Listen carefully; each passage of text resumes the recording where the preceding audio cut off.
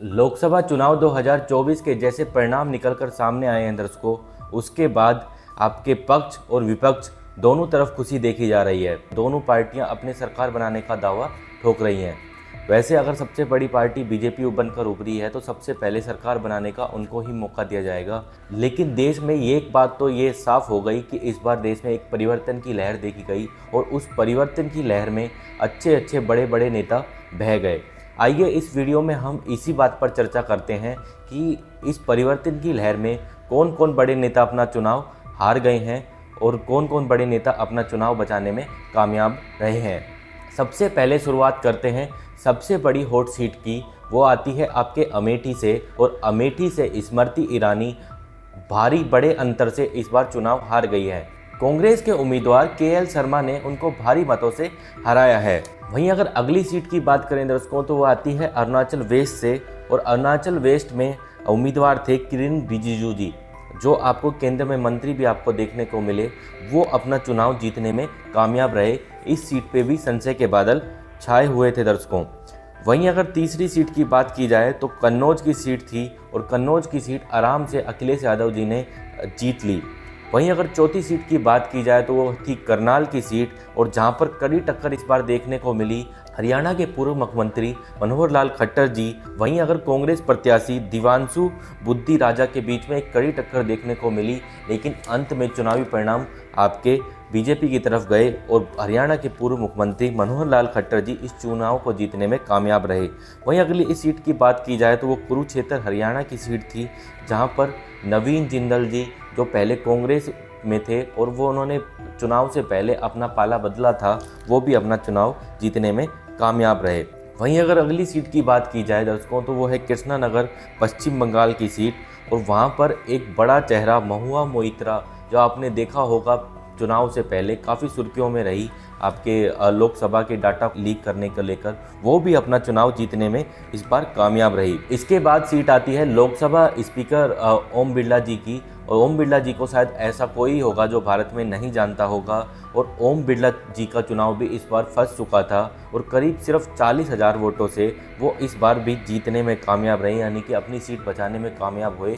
वहीं अगर हम बढ़े दर्शकों आगे की तरफ तो वो सीट आती है आपके गांधीनगर से और गांधीनगर से अमित शाह जी आराम से जीतने में कामयाब हुए। उनका जो जीत का मार्जिन था वो भी बेहद अधिक था।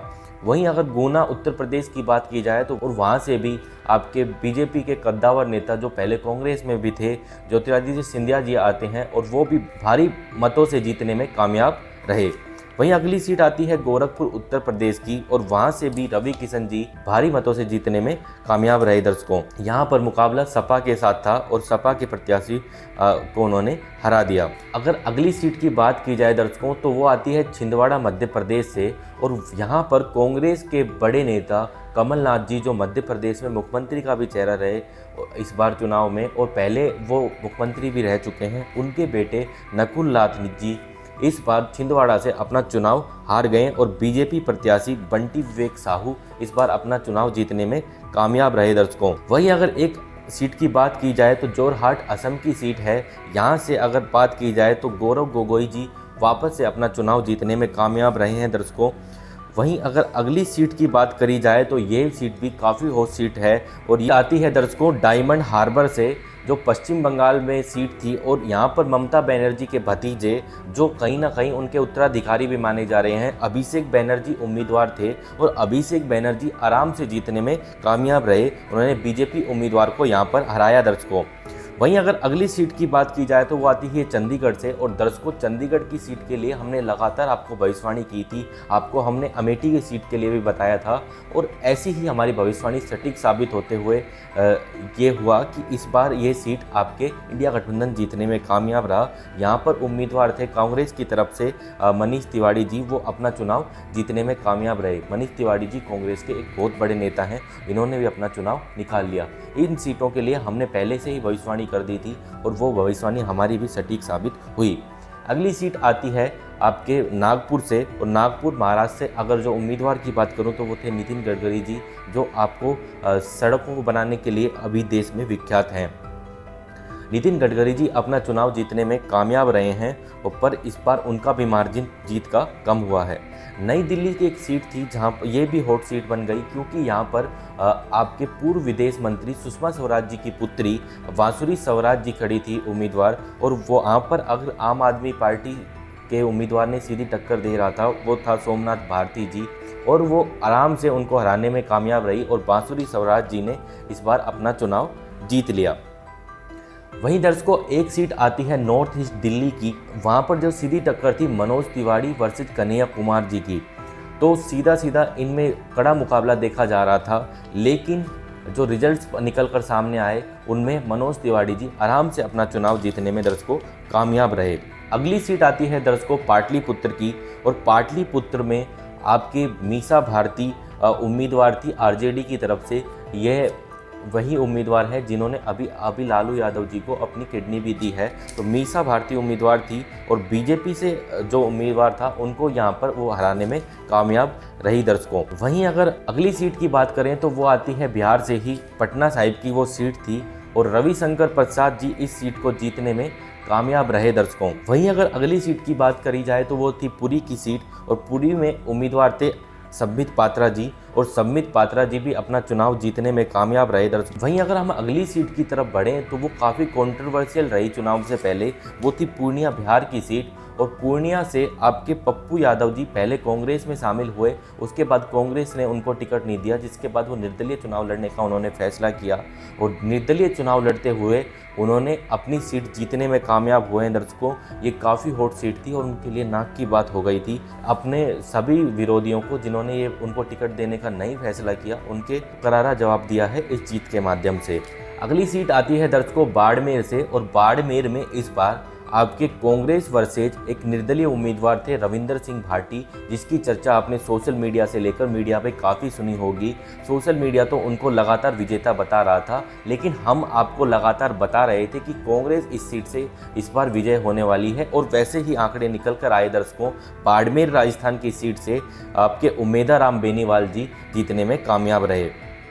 वहीं अगर अगले सीट की बात की जाए तो वो आती है जम्मू कश्मीर से, और जम्मू कश्मीर में अगर बारामूला की ये सीट है, और यहाँ पर उमर अब्दुल्ला जो उम्मीदवार थे, आपने काफ़ी उनको देखा होगा, वो इस बार अपना चुनाव एक निर्दलीय प्रत्याशी से हार गए हैं, यानी कि ये एक बहुत बड़ी उनके लिए हार है।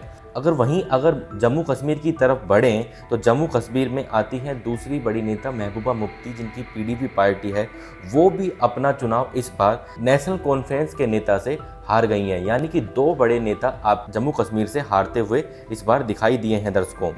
वहीं दर्शकों एक बहुत चौंकाने वाला आंकड़ा निकल कर आ रहा है, जो आपके बहरामपुर पश्चिम बंगाल से है, और पश्चिम बंगाल से और जो उम्मीदवार थे वो क्रिकेटर यूसुफ पठान थे, और वो जिसके अगेंस्ट में खड़े थे वो कांग्रेस में जो अभी लोकसभा में जो विपक्ष के नेता थे उनके खिलाफ चुनाव लड़ रहे थे, और यूसुफ पठान जी अधीर रंजन चौधरी जी को हराने में कामयाब रहे, और यूसुफ पठान जी टीएमसी की तरफ से इस बार जीतने में कामयाब हुए, और अधीर रंजन चौधरी जी को अब की बार शिकस्त का सामना करना पड़ा है इस सीट से दर्शकों। तो ये काफ़ी चौंकाने वाले आंकड़े निकल कर आए हैं। बेगूसराय बिहार से आपके गिरिराज सिंह जी बीजेपी से प्रत्याशी थे, आपने लगातार मीडिया में उनको देखा होगा बयान देते हुए, वो भी इस बार अपना चुनाव बचाने में कामयाब हुए हैं, उनको जीत मिली है।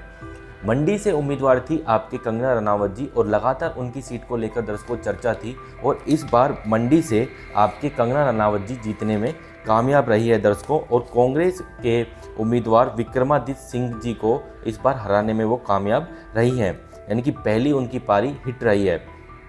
मथुरा उत्तर प्रदेश से हेमा मालिनी जी अपनी सीट बचाने में कामयाब हुई है दर्शकों।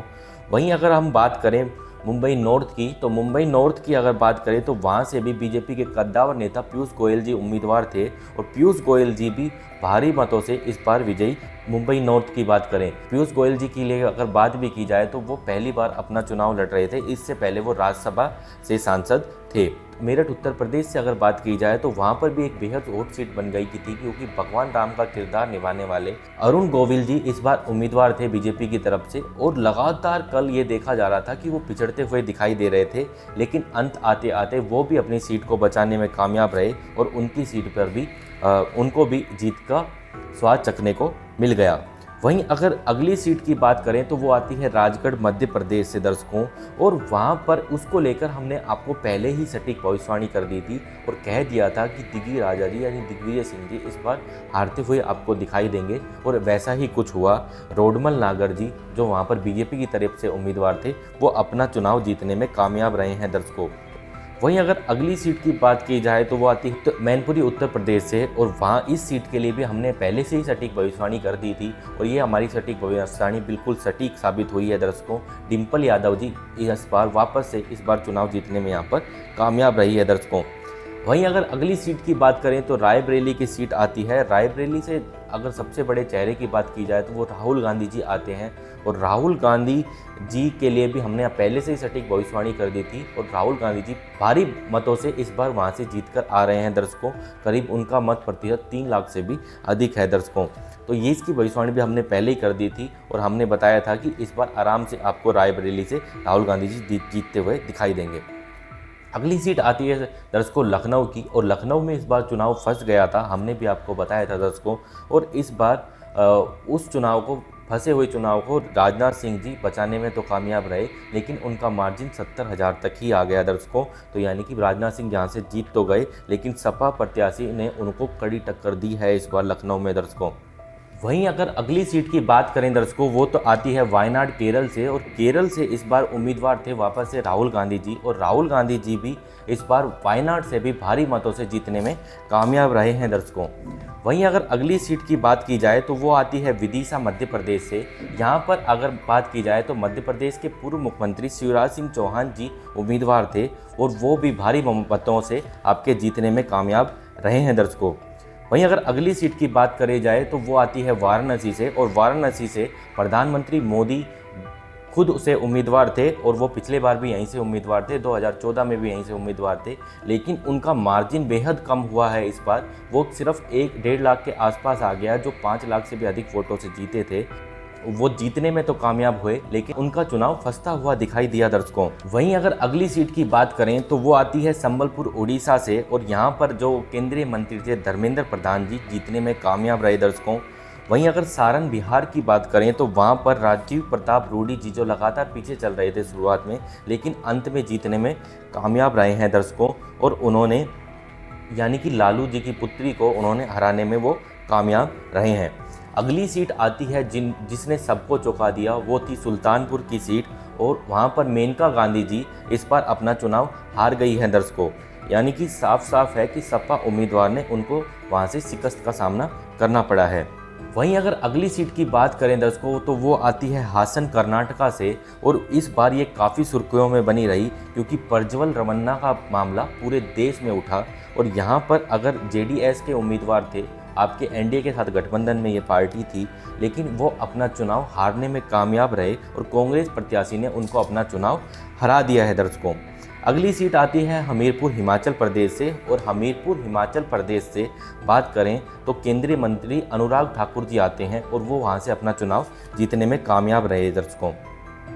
अगली सीट आती है हैदराबाद से, और हैदराबाद से असुद्दीन ओवैसी जी उम्मीदवार थे, और ओवैसी जी अपना चुनाव जीतने में कामयाब रहे हैं दर्शकों। वहीं अगर मैं अंतिम सीट की बात करूं तो वो आती है केरल से। केरल में बीजेपी का इस बार कमल खिल गया है, जैसे कि प्रधानमंत्री मोदी ने कल अपने स्पीच में भी कहा, और इस बार उन्होंने जिस उम्मीदवार को हराया है वो वहाँ पे कांग्रेस के उम्मीदवार थे शशि थरूर जी। उनको हराते हुए आपके राजीव चंद्रशेखर जी जो वहाँ पर बीजेपी की तरफ से उम्मीदवार थे, उनको जीत हासिल हुई है, और केरल में उनका कमल खिल चुका है।